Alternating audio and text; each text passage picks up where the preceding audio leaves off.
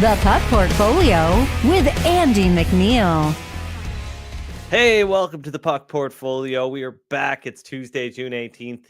The Oilers avoid the sweep and force a game 5. It goes tonight in Sunrise, Florida. Joining me right now is Michael Leboff from the Action Network's Line Chain podcast. Mike, you happy we're back here for a game 5?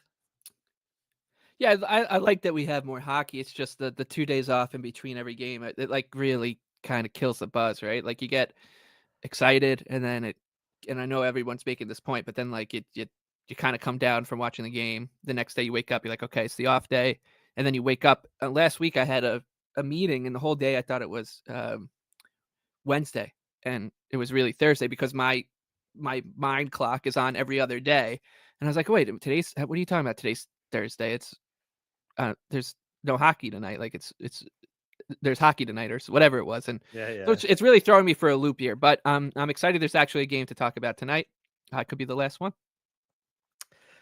Yeah, hopefully not. I mean, the Oilers have kind of got me believing now at this point. We were waiting for them to score some goals, and they did that in Game 4. 8-1, pretty lopsided victory. The second most lopsided victory in NHL playoff or Stanley Cup final history. The Oilers now a 7-1 underdog to win the Stanley Cup. Florida's odds have shortened to around minus 1,000. I'm taking the Oilers tonight on the money line because there's a pretty good price available at NorthStar Bets. You can check out NorthStar Bets via the link in the description below if you're watching on YouTube. If not, head on over to canadasportsbetting.ca and check out our review page and check out the link there. Edmonton plus 128 on the money line. I've got Florida close to around minus 119, minus 120 as far as my projection goes. So I'm going to take the Oilers for 3/4 of a unit here and hope that we see a game 6 in Edmonton. Yeah, I can't disagree with you on the price. Right, it does feel like this is um, maybe a little.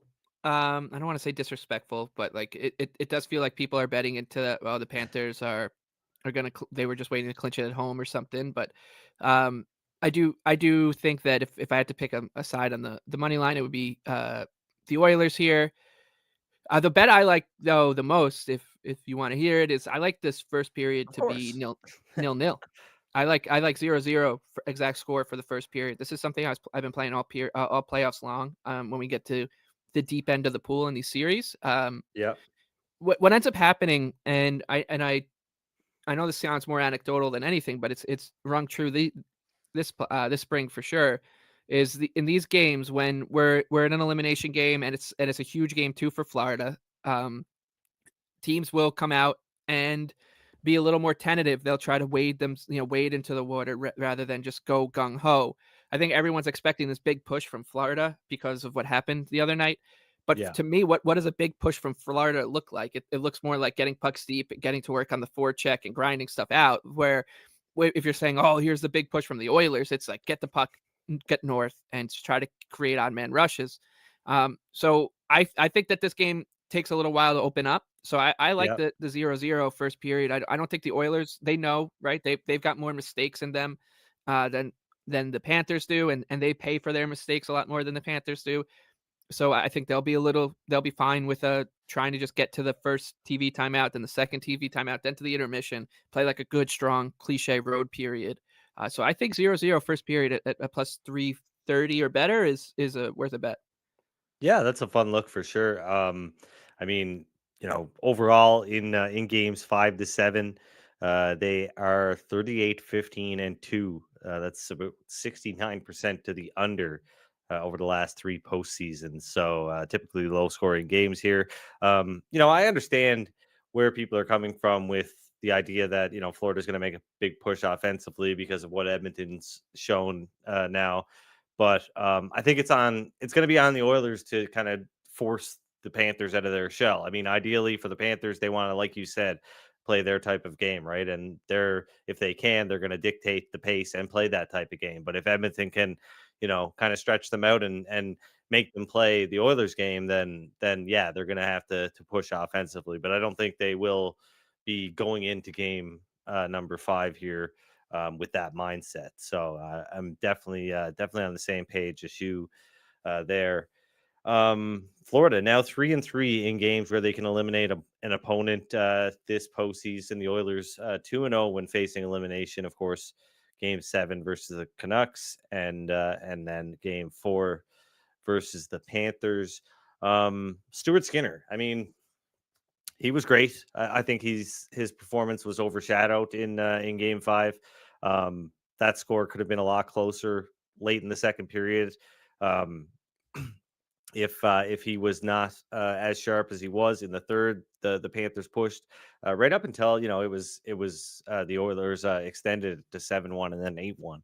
But the Panthers did push and did have some pretty good looks there. Stuart Skinner, from an expected goal standpoint, according to Evolving Hockey, his best performance of the season.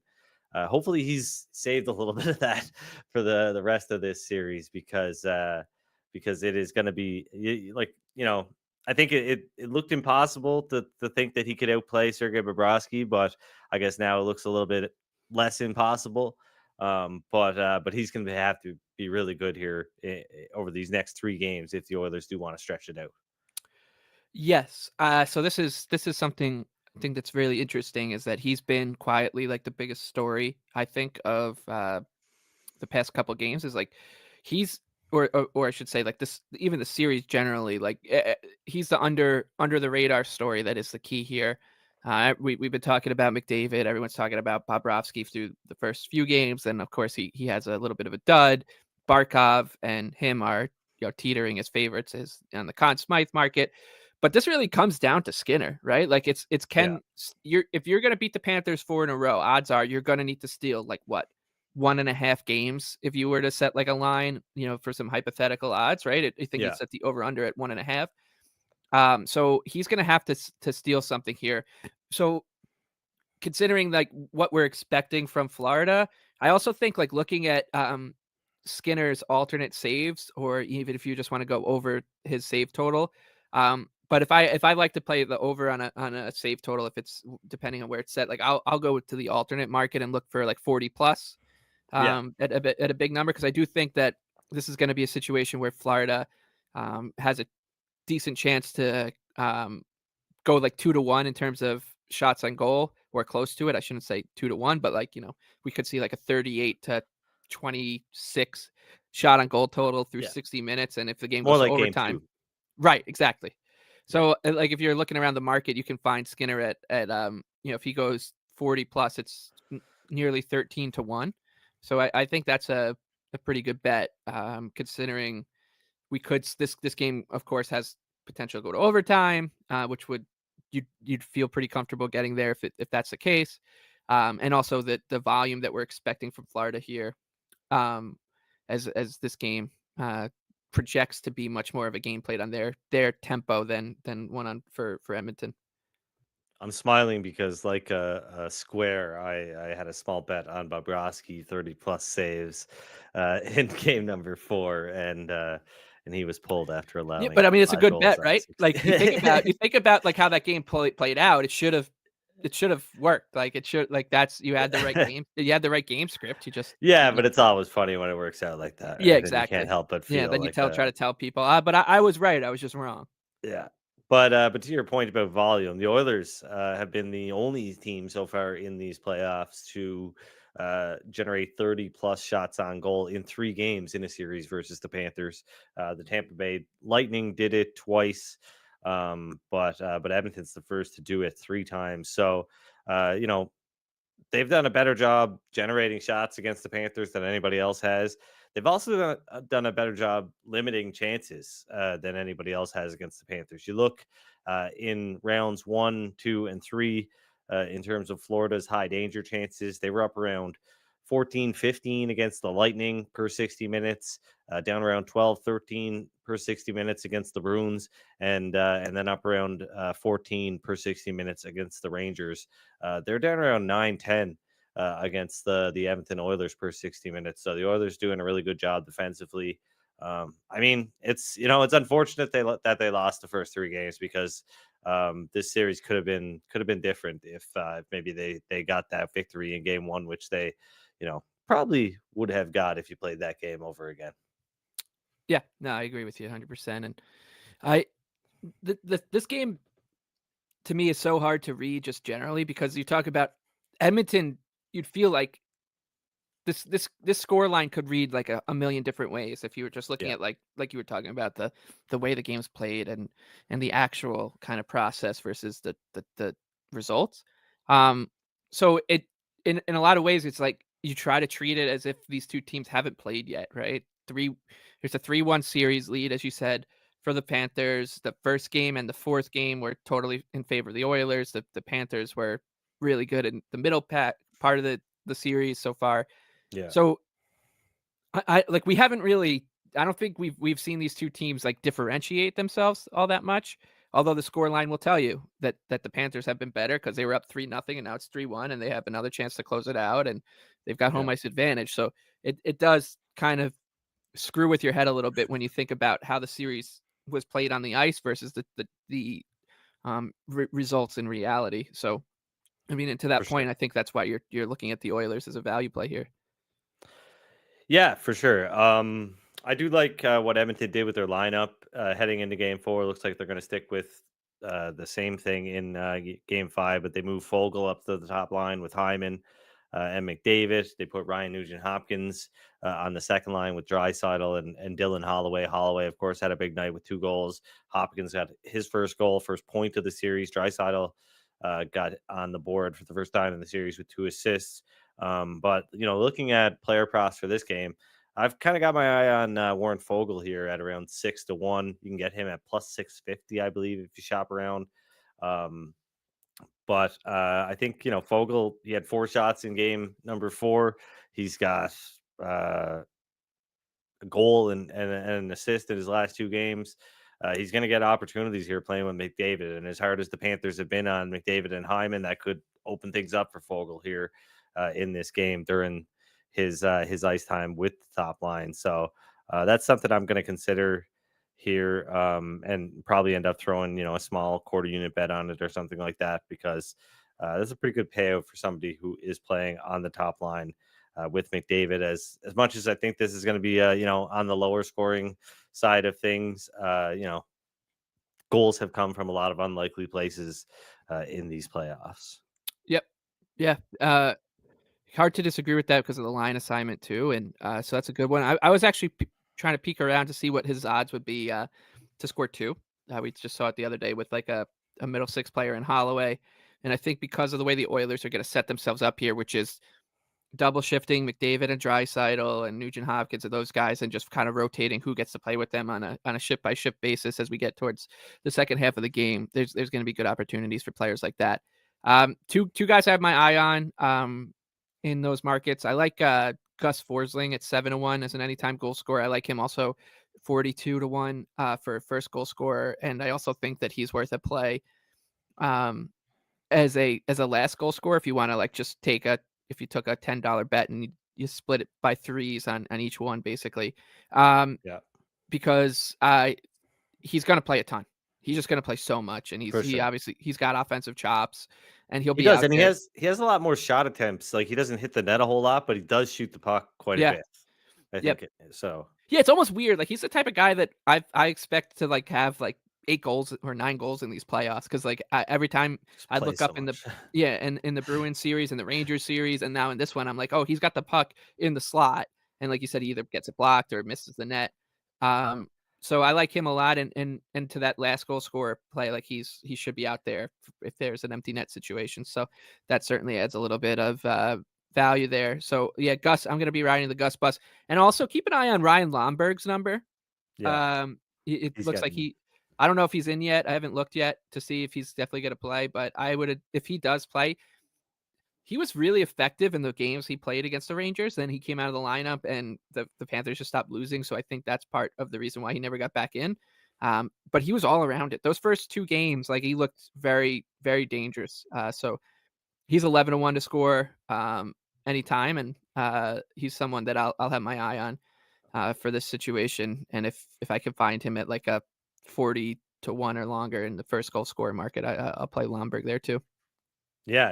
I mean, I don't hate that at all. So I'm going to take the Oilers, like I said, plus 128 at NorthStar Bets, 3/4 of a unit. I'm also putting a quarter of a unit, so 0.25 units on Warren Fogle to score an anytime goal, 6-1. That's available at SIA here in Canada. So those are my action plays. I mean, I do have some value from showing in my model from in terms of the Oilers money line. I think the Panthers should be priced around minus 119. So quite a bit of value there at plus 128. Mike, you like the first period to, exact score, you said 0-0 at Correct. plus 330, something like that? Yeah, anything. I think plus 330 is a good range to try to beat. You'll see it. That's a number you want to shop around for. And one thing to look at is like you said, it could be under exact score. You could also play like alternate first period totals under half a goal, and oftentimes you'll see that those numbers will be different, and you can get like an extra 10 cents of value depending on. Sure. I see plus 360 right now. So Nice. I think anything in that range is worth it. But yeah, poke around. It's a fun sweat too. Yeah, absolutely. How are you going to be spending the dog days of summer here? Obviously, the NBA Finals wrapped up last night with the Boston Celtics winning their series against the Dallas Mavericks. I know you're not a big basketball guy, but hockey winding down here. What sports are going to be keeping you busy over the summer? Yeah, we got the Euro 2024 going on.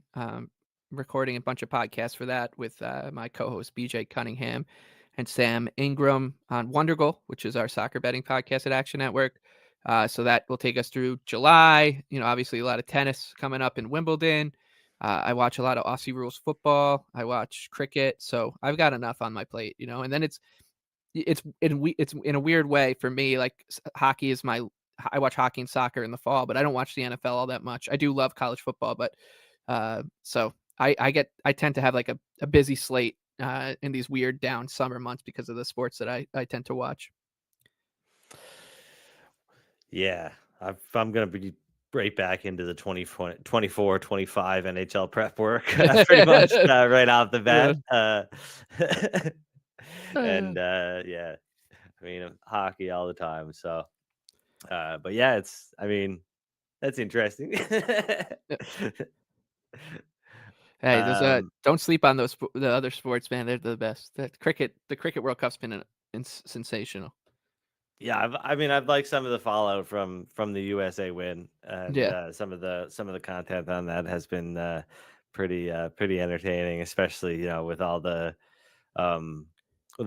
discourse online leading up to that match, Yes. where people that there was a highlight of Aaron Judge making an outfield throw to the infield, and all these cricket fans jumped on it. Like, if Americans watched cricket, they'd understand that this is totally average, right? Yep. And then for the US to just, I don't know, it's It been a was funny great. week. Perfect timing. But yeah, go Oilers, go. Hoping to extend this series to game 6. Would be great to see the Edmonton crowd get another game, and then who knows, maybe we'll get a game 7. The last team to be down 3-1 in a Stanley Cup final and force a game 7 was none other than the Edmonton Oilers in 2006. So we'll see what happens here tonight. But thanks for joining us, Mike. Really appreciate it. Probably won't see you again this season, but always appreciate having you on, and we'll talk to you again soon. Yep. Happy to do it. Looking forward to next year. All right, awesome. Thanks, everybody. Take care.